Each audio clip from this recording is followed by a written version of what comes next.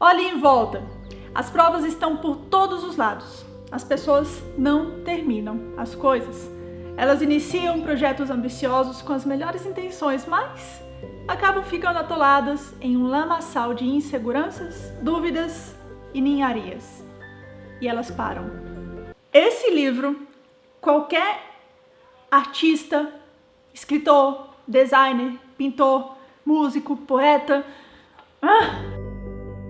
Quando eu li A Grande Magia, eu estava viajando pro Beto Carreiro, eu estava aproveitando o tempo na fila para ler, e eu lembro de ter achado o livro super divertido e de ter pensado, mas que é essa que eu nunca li também, Comer, Rezar e Amar, que é o livro que fez a Elizabeth Gilbert ficar famosa. E hoje, depois de ter relido todas as anotações que eu fiz nesse livro, A Grande Magia, lá no Beto Carreiro, eu pensei, que eu ainda não li Comer, Rezar e Amar. Eu gosto dessa autoajuda estilo manifesto, porque ela é mais humanizada, sabe? Ela tá nas coisas que a escritora escreveu ou nas coisas que ela aprendeu. Não tá em um experimento de laboratório que uma vez foi feito em Harvard. E tá, vamos lá. Artistas. Nós, seres humanos, somos criativos por natureza. Se não fôssemos, bem, não estaríamos aqui, não é mesmo? Gravando e vendo vídeos no YouTube.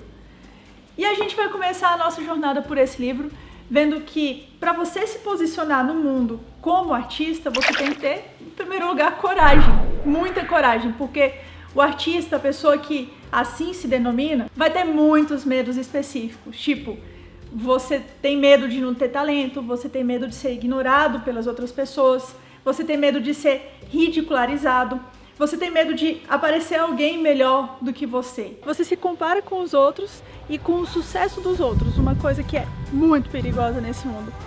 E, impreterivelmente, esses medos vão aparecer mesmo, mas é isso, você tem que ter coragem, porque ser criativo não é sobre ser talentoso, ou ser famoso, ou ser exaltado de pé. Ser criativo é sobre criar, porque você quer. Você não precisa de um motivo para criar. Eu acho que essa é a grande questão da arte e das ciências. O patrocínio é raro e geralmente quando ele existe, ele tem que ter uma contrapartida. Tipo, beleza, o que você está inventando agora tem que ter um resultado específico no futuro. O que nem sempre vai fazer sentido, porque artes e ciências são também sobre alcançar coisas que a gente não espera. A Liz diz que o resultado não pode importar quando a gente trata de criatividade. No livro ela conta que uma amiga dela decidiu fazer patinação no gelo. E aí ela fala, observe que a minha amiga não largou o emprego, não vendeu a casa, não se afastou de todo mundo, nem se mudou para Toronto para treinar 60 horas por semana.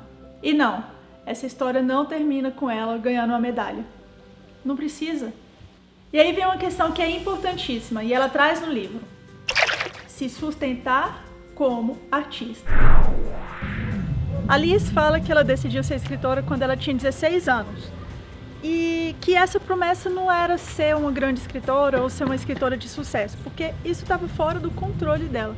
Outra coisa é que ela não ia dar um limite para o trabalho, tipo, se eu não publicar nada, até os 30 anos eu desisto. E uma coisa legal, eu já digo logo que essa é uma das melhores lições desse livro, é que ela prometeu também que ela ia sustentar a si mesma e a escrita. Ela mantinha ali ao longo da vida um emprego como uma forma de poder sustentar a escrita e estava tudo bem. Não tem nada de errado em ter emprego, senhores criativos.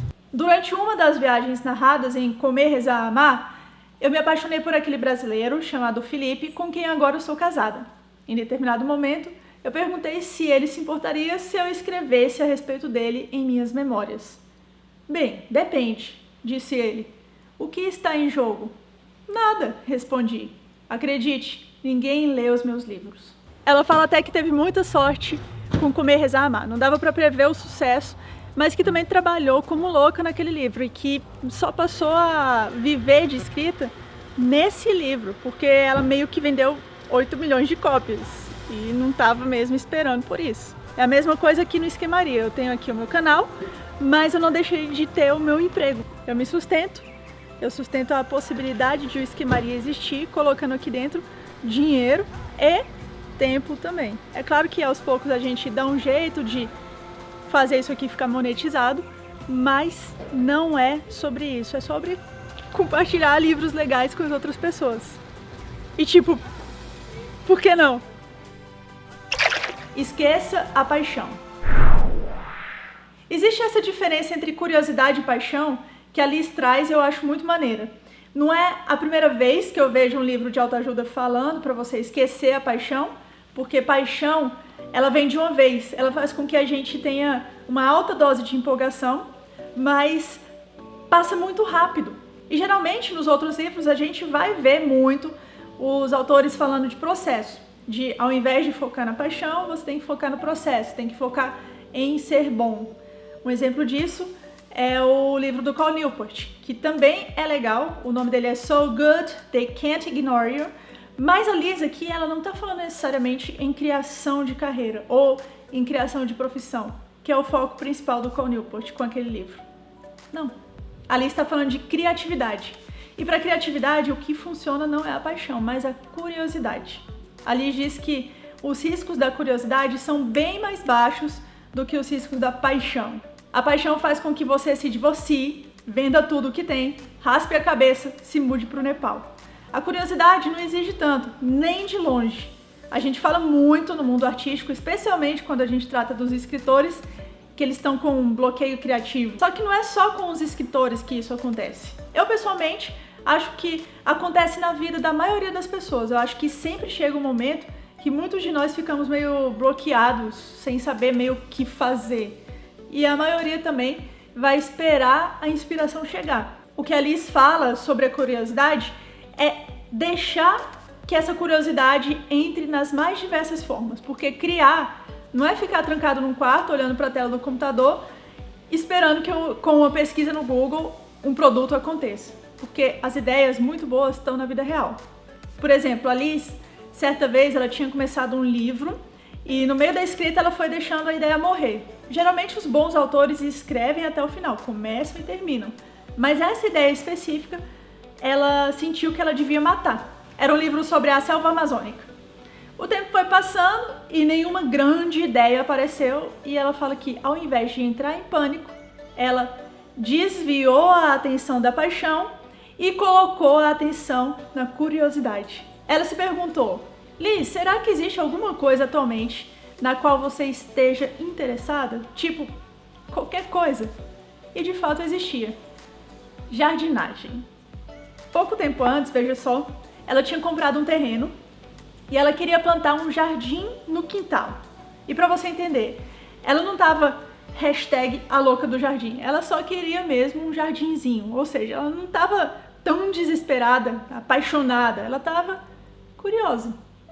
E ela foi plantando mais e mais e foi descobrindo que era bom. Aos poucos, na plantação, ela foi se interessando especificamente por flores. Ela acabou fazendo algumas pesquisas simples sobre o que ela ia plantando. Então, isso aqui, essa tulipa é uma planta selvagem da Turquia, esse corniço é de Nova Jersey, essa forsythia veio do Japão.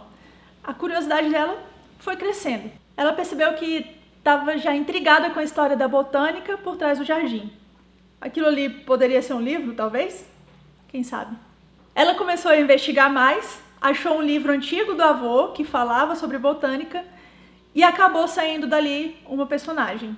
Depois disso, ela fez algumas viagens para a Europa para pesquisar mais profundamente. 3 anos depois, ela publicou A Assinatura de Todas as Coisas, um romance sobre uma família fictícia de exploradores botânicos do século XIX.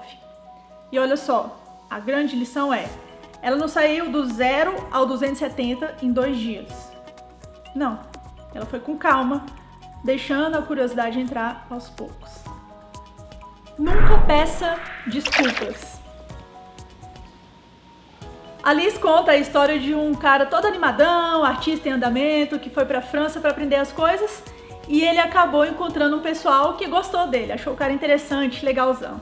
Conversa vai, conversa vem, esse pessoal convidou o cara para ir a uma festa fantasia e ele trabalhou a semana toda numa fantasia de lagosta. Pintou a cara de vermelho e tudo.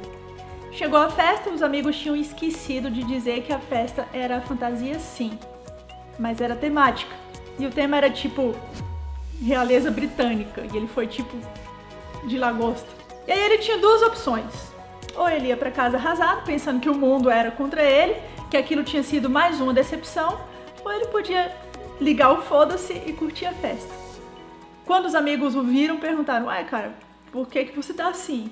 E ele respondeu: eu sou a lagosta da corte. E aí, nessa última lição do livro, eu acho que é uma das mais legais, assim, ela diz que o curioso ele tem que parar de pedir desculpas por ser excêntrico, por ser diferente.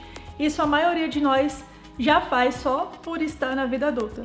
Vamos parar então de pedir desculpa por ser criativo, please! Eu acho muito importantes esses livros sobre criatividade e o mundo criativo. Sem dúvidas eu vou trazer mais esse tema aqui para o Esquemaria, porque eu adoro arte. Eu acho que ela deixa o mundo muito mais útil. Ela tá em basicamente tudo que a gente assiste como entretenimento.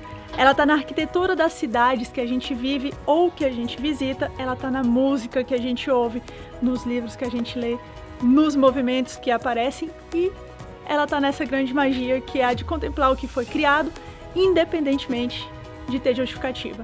Eu espero que você tenha curtido mais esse resumo.